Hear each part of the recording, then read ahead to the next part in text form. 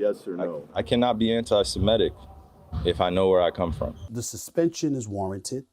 There is no doubt about that. And he's not realizing that he's enlightening a whole bunch of people on a different level. And you know what that enlightenment is, Kendrick Perkins? He's enlightening a whole bunch of people on how to lose money. You missed out on a 4-year, $212 million extension. You missed out on a 4-year, $212 million extension. That's gone. That ain't coming back. Nobody's going to give him a long-term extension because they don't trust him. Man, this 6'7" from Isselberg. I was just about to close up my night, get ready for bed, and my man Stephen A. came on and switched sides again. I'm gonna put it like this.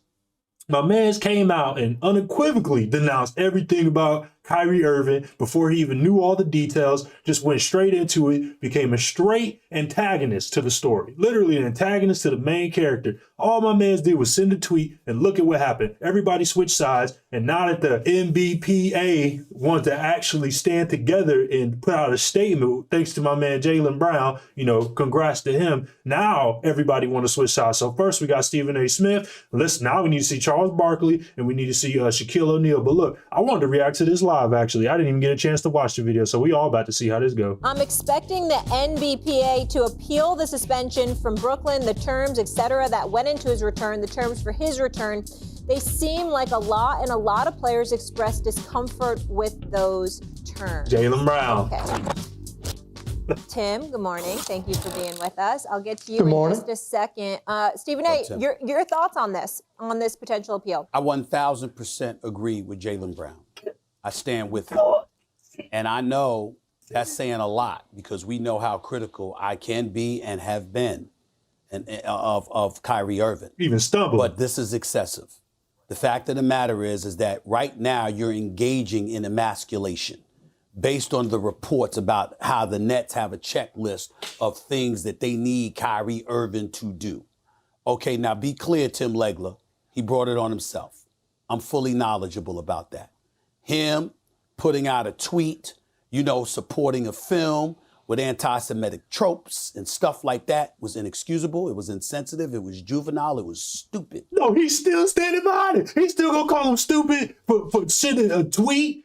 What? I bet he still ain't even watched the movie. He only read a small summary, or he just took whatever knowledge someone else gave him. My mans didn't even do the research. I can tell you this right now, just by the way he's reacting. He's still doubling down on the way he acted originally. He's just now realizing that he's on the wrong side of the whole fight. Okay?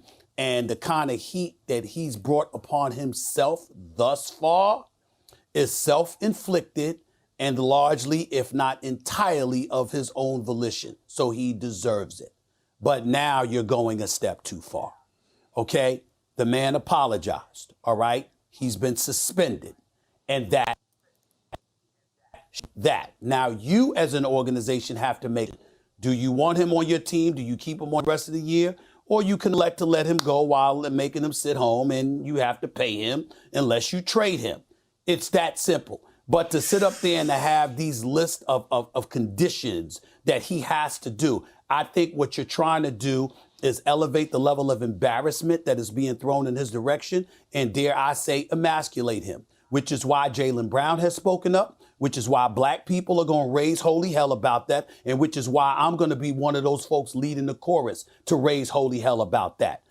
You was one of the people leading the chorus on raising holy hell, on discriminating and beating him down before you even knew the full story. You still sticking to your guns. You only want to switch now because all your critics are coming after you for what you said. We all got you on tape. We all put you in our videos. We all knew what you really meant by what you said. Now you just realize how wrong you are. You still not an ally of my mans. You still being the enemy here. But I'm gonna let you slide because you want to go ahead and come out and say it now. I'm gonna go ahead and let it slide. But just know that in the future, when something like this happens, we know where you stand. You stand with the association, not with the players. Don't even play this game. Leave a man alone. Keep him on the team or let him go. Suspend him, bring him back. But when you start talking about, well, he needs training and all of that, wait a minute now. The fact of the matter is he apologized. He acknowledged, albeit a bit too late as far as I'm concerned, he still apologized, acknowledged that he's not anti-Semitic, okay, that he made a mistake in putting the film out there. Okay, of course, when the owner reaches out to you, you should respect this man that's paying you and reach back out to him. Of course, Joe Tsai should demand, we have to meet and have a conversation before I let you back on this team. That is reasonable. That is understandable. But to then try to articulate that he needs to go through sensitivity training and all of this other stuff, now you really digging it in. It's unnecessary. It's uncalled for. If the Anti-Defamation League wants to raise holy hell about that, and they want that, and they request that of Kyrie Irving, that's between them and Kyrie Irving. Last time I recall, Joe Tsai is not Jewish. Joe Tsai is an owner for the Brooklyn Nets. You want him on the team or you don't. But Nah, listen, this is straight up the ADL's tactic. They just did this with Elon Musk. They just went in there and told him he needed to go through all these demands and blah, blah, blah. And they still spreaded hate to go ahead and get the advertisers to drop off of Twitter for a temporary period. Because at the end of the day, advertisers and businesses still want their stuff on Twitter. That's still a very popping app. It's still a very active app. In fact, Elon just said that he got 15 million more subscribers on there. He's got the numbers now. And he's actually one of the people who owns it now and actually can see the numbers. And he's actually putting them out instead of just the people who had it before keeping it secret or sharing it with their secret cabal of people. Elon is somebody who just want to go ahead and put it out there because he wants more people to come back to Twitter anyway. So this is what the ADL does, man. They get behind you, they bully you, and then they force you into a corner, and then they still tell everybody around you, they're not good for business until we declare that they're good for business. So no, man, you were on the wrong side in the first place. You knew how this was going to go down. Don't tell me you didn't. You know who's making these actual movements behind the scenes, and you still chose the wrong side. So nah. To sit there and highlight and articulate these processes that he must go through, it seems to be a bit pouring on. I don't appreciate it. I don't like it. It's a bit excessive. And that's what I wanted to say about it. Go ahead, Tim. Man.